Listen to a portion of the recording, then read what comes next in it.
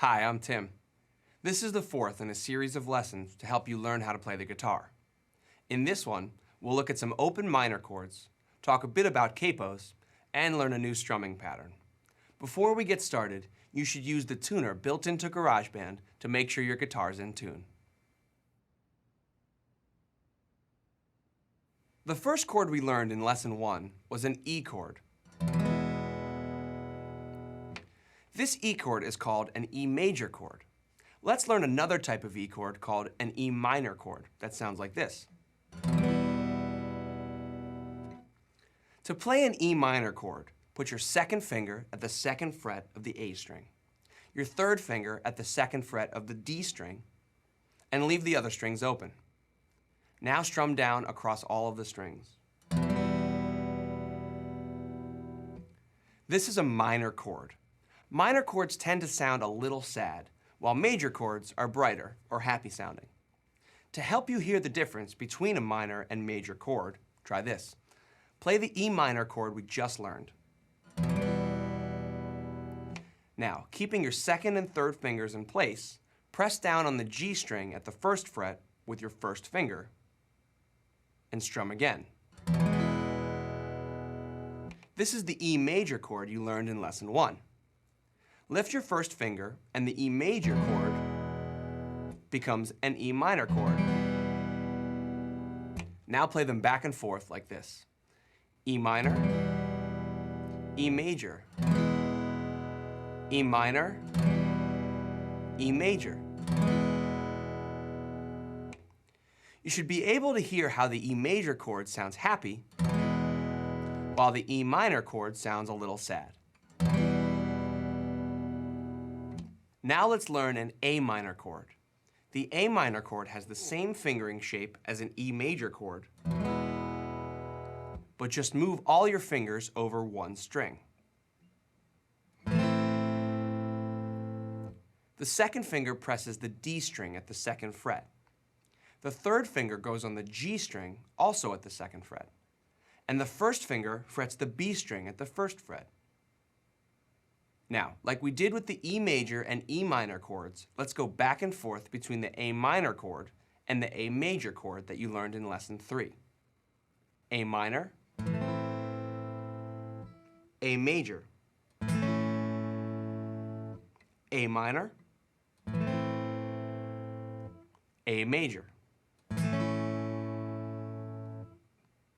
The last minor chord we'll learn in this lesson is D minor. Put your second finger at the second fret of the G string, your third finger at the third fret of the B string, and your first finger at the first fret of the high E string. Just like the D major chord, don't play the low E and A strings with D minor. Now, let's practice back and forth between the D minor and the D major chord from Lesson 3. D minor, D major, D minor, D major. When musicians talk about minor chords, they always use the word minor when saying the chord names, like E minor, A minor, or D minor. But when musicians talk about major chords, usually they don't say the word major. For instance, simply calling a chord D is a short way of saying D major. So far, we've been playing all the open chords down near the end of the guitar neck. But there's a way to play open chords higher on the neck using a capo, like this one. A capo clips over the strings, shortening their length, making the guitar sound higher. For instance, if I play an E minor and A minor chord with no capo, it sounds like this.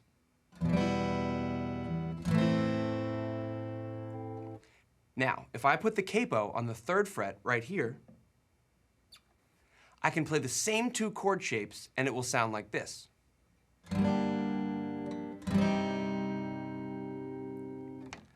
So the capo makes the same chord shapes on the guitar sound higher, which is called transposing. You won't need a capo for this series of guitar lessons, but some of the songs that you'll find in the GarageBand lesson store use a capo to transpose the guitar to different keys. Up to now, we've been playing strumming patterns in 4/4 time, with 4 beats to a measure, like this. 1, 2, 3, 4. In 4/4 time, when you play a strumming pattern with a strum on each beat, like this, 1, 2, 3, 4. Each of these strums lasts for a quarter note. When you play 2 strums on each beat in 4/4 time, like this, 1 and 2 and 3 and 4 and, each of these strums lasts for an 1/8 note. These next few strumming patterns are based on another popular time signature called 12/8. Like 4/4 time, 12/8 time is still based on 4 beats. But rather than having 2 1/8 notes per beat, like in 4/4 time, in 12/8 time there are 3 1/8 notes per beat, like this. 1 and 2 and 3 and 4 and 1, 2, 3, 4. Let's play this 12/8 strumming pattern together using an E minor chord. We'll play a down strum for each 1/8 note. 1, 2, 3 and 4 and 1, 2, 3, 4. Try to put a little emphasis on the first strum of each group of 3. 1, 2 and 3 and 4 and 1, 2, 3, 4. Here's another popular strumming pattern in 12/8 time. I'll play it for you, then show you how it goes.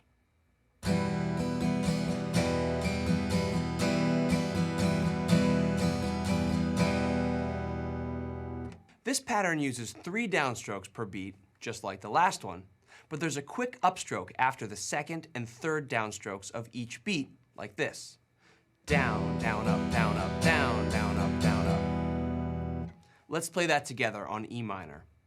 1, 2, 3 and 4 and down, down, up, down, up, down, down, up, down, up, 3, 4, 1, 2, 3, 4, 1, 2, 3, 4.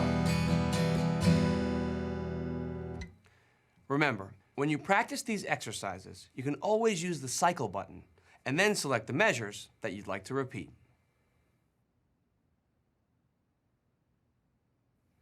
The song in this lesson uses a chord progression in 12/8 time. We'll be using the 3 chords we learned in this lesson: E minor, A minor, and D minor, as well as the G and C from the second lesson.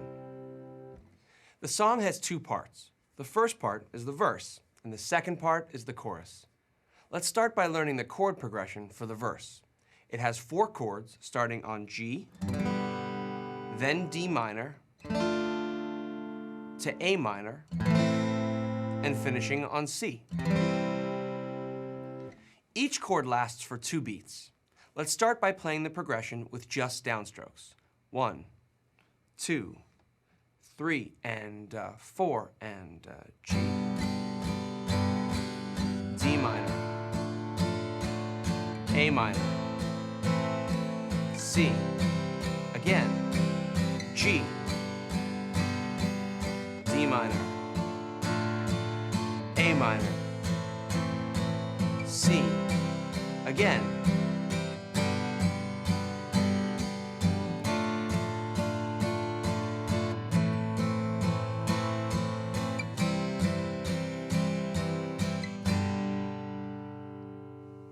The chorus goes back and forth between E minor and G. Let's play that using downstrokes on 1/8 notes starting on E minor. 1, 2, 3 and 4 and E minor, G,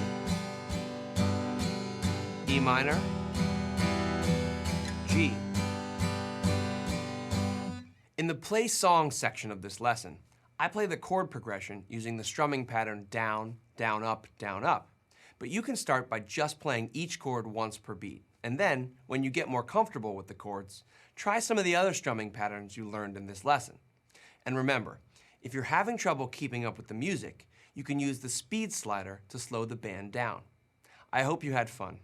And when you feel ready, you can move on to Lesson 5, where we'll learn about playing single notes and how to read a type of guitar notation called tablature.